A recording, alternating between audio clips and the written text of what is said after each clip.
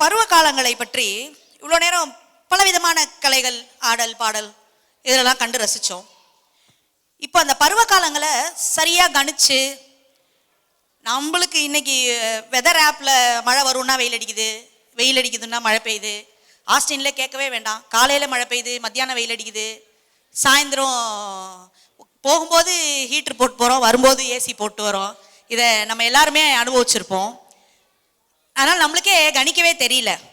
ஆனால் இந்த பருவ காலங்களை சரியாக கணிச்சு மழை, வெயில் இதையெல்லாம் எப்போ வரும் அப்படின்னு பார்த்து அதையே நம்பி இந்த உலகத்துக்கே உணவளிக்கிற ஒரு உன்னதமான தொழில் அப்படின்னா அதை நம்ம யாரும் மறுக்கவே மாட்டோம், விவசாயம்.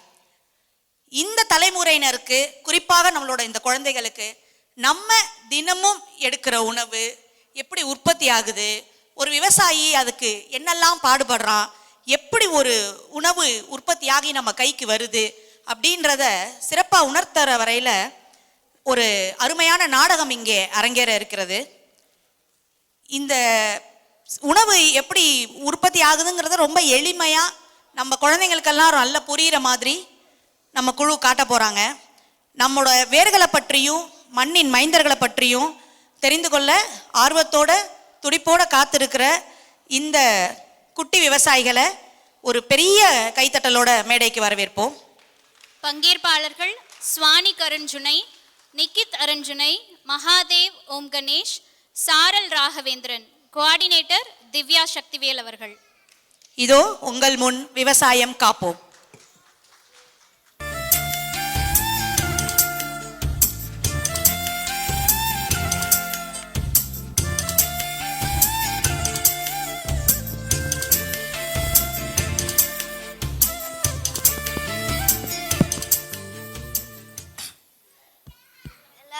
வணக்கம்.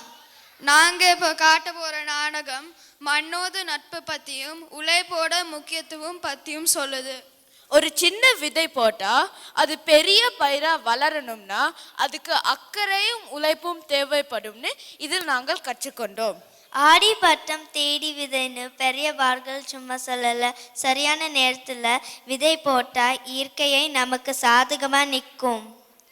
இந்த நாடகத்துல நாங்க எல்லாரும் சேர்ந்து விதை போட்டதில் இருந்து அறுவடை வரைக்கும் நடந்த ஒரு அழகான பயணத்தை உங்களுக்கு காட்ட போகிறோம். நாங்க செய்த இந்த சின்ன முயற்சியை நீங்கள் எல்லாரும் ரசிப்பீங்கன்னு நம்புறோம்.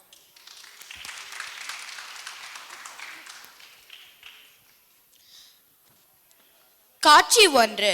நாட்டாமை ஒரு பிடி விதைகளை கையில் வைத்திருக்கிறார். அவரை சுற்றி 4 குழந்தைகளும் ஆவலாக நிற்கிறார்கள். நம்ம நாட்டாம பாதம் பட்டா எங்க வெள்ளாம விளையுமடி, நாட்டாம கைய செஞ்சா மாச நாளும் மழை பொழியுமடி.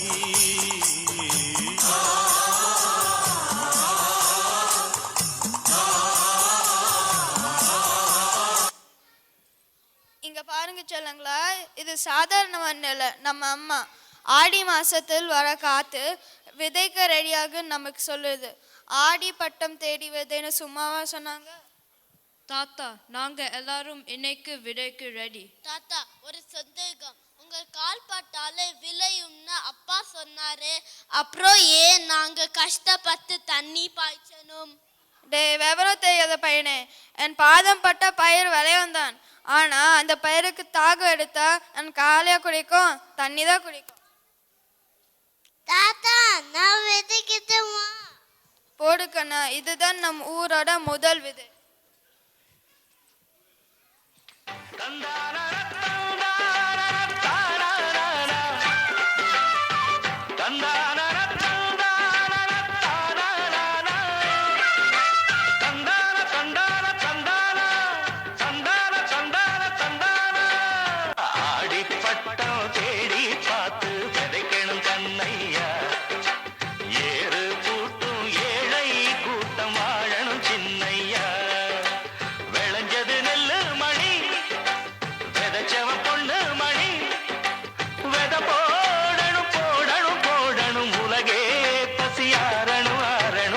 ஆடிப்பட்டம் ஆடிப்பட்டம் தேடி பார்த்து விதைக்கணும் கண்ணையா ஏறு பூத்தும் ஏழை கூட்டம் வாழணும் சின்னையா ஆடிப்பட்டம் தேடி பார்த்து விதைக்கணும் கண்ணையா ஏறு பூத்தும் ஏழை கூட்டம் வாழணும் சின்னையா.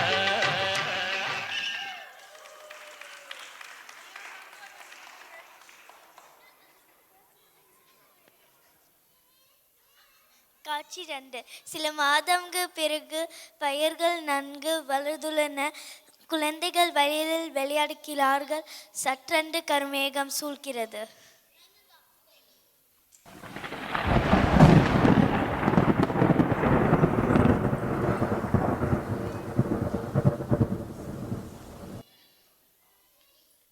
கவின், அங்க பாரு, மலை மேகம் வருது. ஆமா அஜய், நம்ம செடிகளுக்கு தாகம் எடுத்திருக்கும்ல. தாத்தா, நீங்க சொன்ன மாதிரி வானம் தண்ணி கொடுக்குது. பார்த்தீங்களா, நம் மண்ணை நம்பினா மழையும் கைவிடாது. இங்க இது பாரு, கதிர் வர ஆரம்பிச்சிருச்சு.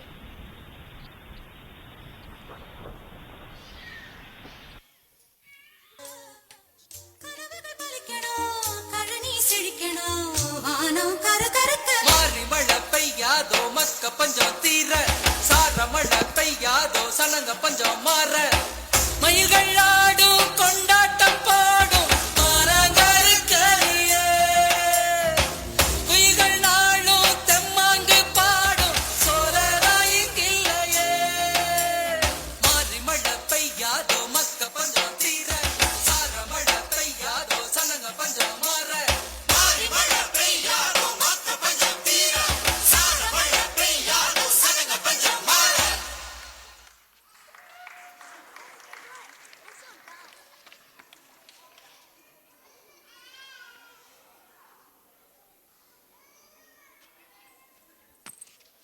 காட்சி 3. நிலம் முழுவதும் பொன்னிற கதிர்கள். குழந்தைகள் நாட்டாமையுடன் அறுவடைக்கு தயார் ஆகிறார்கள்.